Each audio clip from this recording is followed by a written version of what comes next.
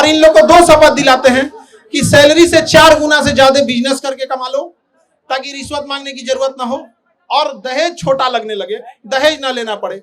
इतना रिजल्ट हुआ है। देखिए ये लोग कल को जिला संभालेंगे, आज हम लोग इन लोग को समझा रहे हैं।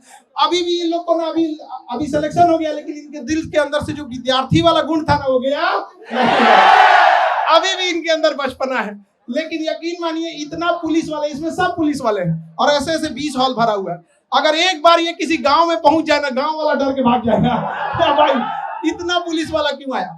इससे पहले जब दरोगा का रिजल्ट हुआ था तो लगभग 20-25 जीप से वो लोग आए थे लोग, और पूरा ये स्टेज दरोगा से भर गया था। तो मोहल्ला वाले लोग डर गए कि लगता है खान सर के ऊपर छापा उपा पड़ गया है, इतना पुलिस वाला आया उठा ले जाएगा यहाँ पे। बाद में पता चला कि मिलने आया था यहाँ।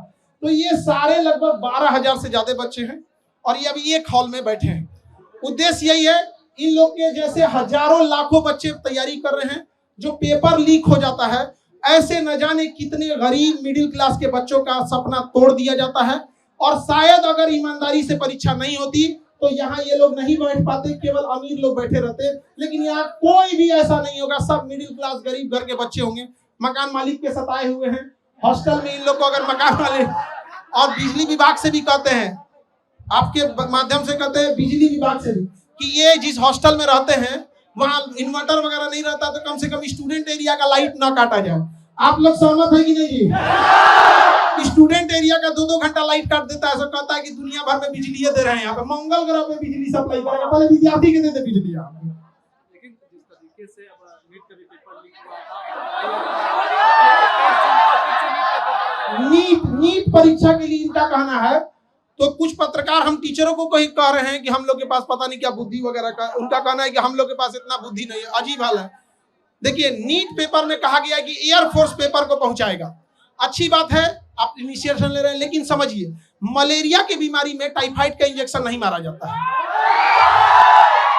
नीट पेपर परीक्षा पेपर पहुंचने की समस्या नहीं थी कि एयरफोर्स का हम यूज कर रहे हैं, समस्या थी जहां से छप रहा है, जहां से बन रहा है वहीं पे लीक हो जा रहा है। जो पकड़े गए हैं टीचर, उनको फांसी अब तक क्यों नहीं हुआ, इनकाउंटर उनका क्यों नहीं हुआ, घर क्यों नहीं तोड़ा गया, उनका सवाल ये है।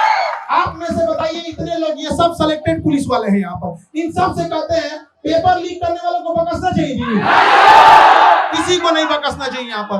और ये अगेन सरकार प्रयास कर रही है, एयरफोर्स भी इसमें ला रही है, बट समझिए ध्यान से, एयरफोर्स क्या करेगी, पेपर तो नहीं छापेगी, एयरफोर्स ट्रांसपोर्टेशन का काम करेगी, हेलीकॉप्टर से ड्रॉप कर देगी। लेकिन जहां से छप रहा है उन बेईमानों को जब तक सजा नहीं देंगे, ऐसे ही गरीब घर के बच्चों का हक मारा जाएगा। और जब तक हम लोग हैं, हम लोग के पास एक ही शिकायत रहती है गवर्नमेंट से कि भैया पेपर तो ईमानदारी से ले लो यार, हम आपसे क्या मांग रहे हैं। ये बच्चे कुछ नहीं मांगते, ईमानदारी से पेपर मांगते हैं, अगर परीक्षा टाइम से हो। देखिए अभी एनटीए को गरिया रहे थे लोग, एनटीए का एक अफसर है, वो कह रहा है कि पेपर लीक नहीं हुआ है, कुछ क्वेश्चन बाहर आ गए हैं। ये अगर हॉस्पिटल में रहता तो कहता मरीज मरा नहीं है, सांसें बंद हो गई हैं। पागल है सब वहां बैठा हुआ, हम क्या बोलेंगे।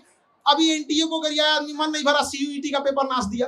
बताइए एक बच्चे के मनोबल पर कितना बुरा असर पड़ेगा, हम लोग परेशान हो जाते हैं। और पत्रकार में कुछ लोग कहते हैं कि हम लोग शिक्षक लोग को कुछ आता नहीं, पढ़ा के पसीना से कपड़ा भीग जाता है। यहाँ पे जितना पसीना ये लोग बहाते हैं उतना साथ में हम लोग भी बहाते हैं। ये बैठ के पढ़ते हैं, हम लोग खड़ा होकर पढ़ाते हैं यहाँ पर। लेकिन अगर कोई पेपर लीक कर देता है ना, बताइए कैसे बर्दाश्त। ये एसी में रहने वाले को नहीं पता चलेगा कि इन बच्चों का पूरा चेहरा देखिए, पढ़ते पढ़ते भीग जाते हैं पसीना से, लेकिन कोई सुनने वाला इनका नहीं है।